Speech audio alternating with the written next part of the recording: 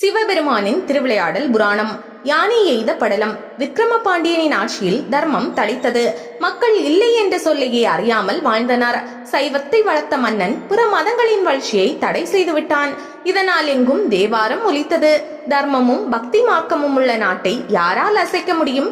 வீரத்தின் விளைநிலமான விக்கிரமன் பல தேசங்களுக்கும் படையெடுத்து சென்றான். அந்த மன்னர்களை எல்லாம் தோற்கடித்தான். அனைத்து தேச மன்னர்களும் பாண்டிய நாட்டிற்கு கப்பம் கட்ட வேண்டும் என உத்தரவு பிறப்பித்து வந்தான். விக்கிரமனால் பாதிக்கப்பட்ட மன்னன் ஒருவன் காஞ்சிபுரத்தில் இருந்தான். அவனால் தனது தோல்வியை தாங்கவே முடியவில்லை. எப்படியாவது விக்கிரமனை கொன்றே தீருவதென சபதம் எடுத்தான். வீரத்தால் அவனை சாய்ப்பது கடினம் என்பதால் மதக்கலவரம் மூலமாக அவனை சாய்த்துவிட திட்டம் போட்டான். அக்காலத்தில் சைவ சமயத்தினருக்கும் சமண சமயத்தினருக்கும் தீராத சண்டை நடக்கும். சமணர்கள் மந்திர தந்திரங்களில் கை தேர்ந்தவர்கள்.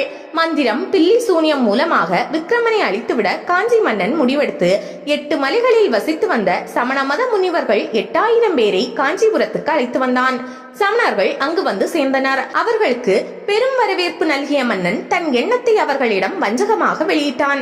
சமணர்களை மதுரையில் பாண்டியன் சைவ மதத்தை தவிர வேறெதுவும் வளர விடாமல் செய்கிறான். இப்போது தமிழ்நாட்டில் உள்ள அனைத்து தேசத்து மன்னர்களும் அவனுக்கு அடிமையாகி விட்டார்கள்.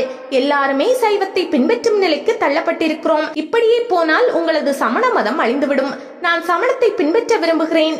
நம் மதம் வளர வேண்டுமானால் சைவம் அழிய வேண்டும். சைவம் அழிய வேண்டுமானால் விக்கிரமன் மரணமடைய வேண்டும். அதற்கு நீங்கள் தான் வசியம் முதலான மந்திர சக்திகளை பயன்படுத்த வேண்டும் என்றான். சமணர்கள் கொதித்தனர். எங்கள் மதம் வளர்வதற்காக நாங்கள் என்ன வேண்டுமானாலும் செய்வோம். மேலும் சைவர்கள் எங்களுக்கு நிரந்தர எதிரிகள். மன்னா, கவலைப்படாதே. உலகமெங்கும் இனி உனது ஆட்சியே நடக்கும். சமணம் தழைக்கும். விக்கிரமனை கொல்ல நாங்கள் நேரில் செல்ல போவதில்லை.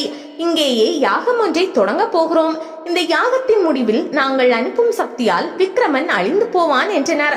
காஞ்சி மன்னன் தன் திட்டம் பலித்தது கண்டு எகத்தாளமாக சிரித்தான். யாகம் துவங்கியது. 8 என்னும் விஷமரத்தின் சுள்ளிகளை யாக குண்டத்தில் சமணர்கள் இட்டனர். மேலும் விஷ ஜந்துக்களின் உடலில் இருந்து தயாரிக்கப்பட்ட கொழுப்பை யாக குண்டத்தில் எண்ணெயாக ஊற்றினார். ஹோம குண்டத்தில் போடப்பட்ட அனைத்து வஸ்துக்களுமே விஷக்காற்றை சிந்துபவைதான். அதிலிருந்து எழுந்த புகை சுற்றுப்புறத்தை மாசுபடுத்தியது, நதிகளை வற்ற செய்தது. சில நாட்களில் அந்த ஹோம குண்டத்தில் இருந்து பயங்கர பிளிரலுடன் வழக்கத்தை விட கருமை நிறம் அதிகமான யானை ஒன்று வெளிப்பட்டது. கோபம் கொண்ட அந்த யானையை மயில் தோகையால் தடவி கொடுத்த சமணர்கள், ஏ மாபெரும் சக்தியே, நீ நேரே மதுரை செல். உன் உக்கிரத்தை அந்த நகரத்தின் மீது காட்டு. அந்நாட்டு அரண்மனைக்குள் புகுந்து அங்கிருப்போரை துவம்சம் செய். விக்கிரம பாண்டியனை கொன்றுவிடு. இது நாங்கள் உனக்கிடும் கட்டளை என்றனர். யானை வேகமாக தலையை அசைத்தது. அதன் உக்கிரம் கடுமையாக இருந்தது. கண்ணிமைக்கும் நேரத்தில் தன் உருவத்தை மேலும் மேலும் பெரிதாக்கியது. அதன் கால்கள் வானமளவுக்கு வளர்ந்தன. 2 அது மதுரை நகர எல்லையை அடைந்து விட்டது. மதுரை நகரின் எல்லையில் இருந்த தோட்டங்களுக்குள் புகுந்து அவற்றை அழித்தது. வயல் சூழ்ந்த பகுதிகளுக்குள் புகுந்து பயிர் பச்சைகளை மிதித்து அழித்தது. அருகில் சென்று விரட்ட முயன்றவர்களை மிதித்து கொன்றது. மதம் பிடித்த அந்த யானையை அடக்க வழி தெரியாமல் மக்கள் மன்னரிடம் ஓடினர். மக்கள் பரபரப்புடன் அரண்மனை நோக்கி ஓடி வருகிறார்கள் என்பதை சேவகர்கள் மூலம் முன்கூட்டியே அறிந்த மன்னன் விக்கிரம பாண்டியன் உப்பரிகையில் வந்து நின்றான்.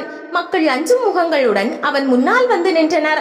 மக்களில் ஒருவர், பாண்டிய மாமன்னரே, நம் மதுரை மாநகருக்குள் இதுவரை யாருமே பார்த்தறியாத யானை ஒன்று வந்து கொண்டிருக்கிறது. அது வானத்தை எட்டும் அளவு உயரமுடையதாக இருக்கிறது. இதுவரை இப்படி ஒரு யானையை நாங்கள் கண்டதே இல்லை. அதன் சிறு விழிகளில் நெருப்பு பொறி பறக்கிறது.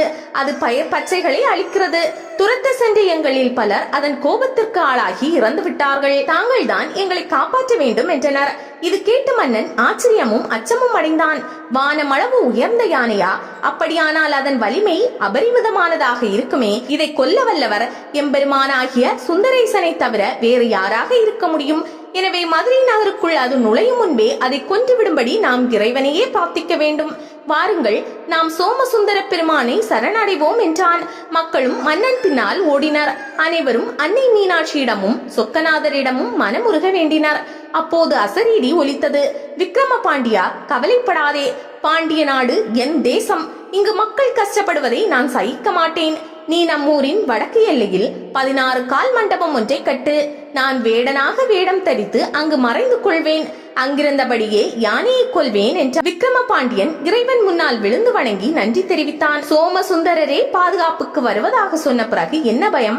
மாலை நேரமாகிவிட்டாலும் மக்களுடன் அவன் வடக்கு எல்லைக்கு விரைந்தான். கற்கள் கொண்டு வரப்பட்டன. மண்டப பணி ஆயிரக்கணக்காருடன் விடிய விடிய நடந்தது.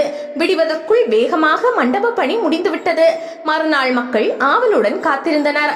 சோமசுந்தர கடவுள் தன் புலித்தோல் ஆடைக்கு பதிலாக சிவப்பு பட்டு வஸ்திரம் அணிந்து வேல் வில் அம்பு தாங்கி யானையை அழிக்க புறப்பட்டார். அவர் 16 கால் மண்டபத்தில் ஏறியதும் மக்கள் அவரது திவ்ய தரிசனத்தை கண்டனர். விக்ரம பாண்டியன் அவரது பாதங்களில் விழுந்து சேவித்தான். மக்களையும் மன்னனையும் ஒதுங்கியிருக்க சொல்லிவிட்டு சோமசுந்தரர் நரசிம்ம பானம் ஒன்றை தொடுத்தார்.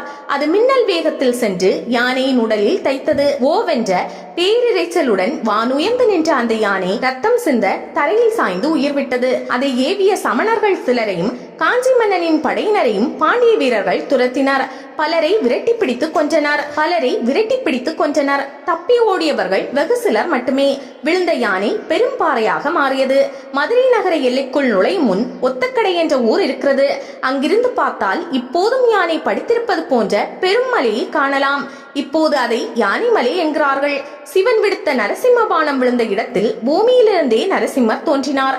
அவர் யானை மலையின் கீழே அமர்ந்தார். இப்போதும் யானை மலை அடிவாரத்தில் இந்த கோவில் இருக்கிறது. மதுரையின் பிரபல நரசிம்மர் கோவில் இது. அந்த 16 கால் மண்டபத்தில் சிவபெருமானை நிரந்தரமாக தங்கும்படி விக்ரம பாண்டியன் கேட்டுக்கொண்டான். அவரும் அதற்கு சம்மதித்தார். இவ்வாறாக காஞ்சி மன்னனால் ஏற்பட்ட துன்பம் நீங்கி மக்கள் இன்பமடைந்தனர். காலம் ஓடியது. விக்ரம பாண்டியனுக்கு ராஜசேகரன் என்னும் மகன் பிறந்தான்.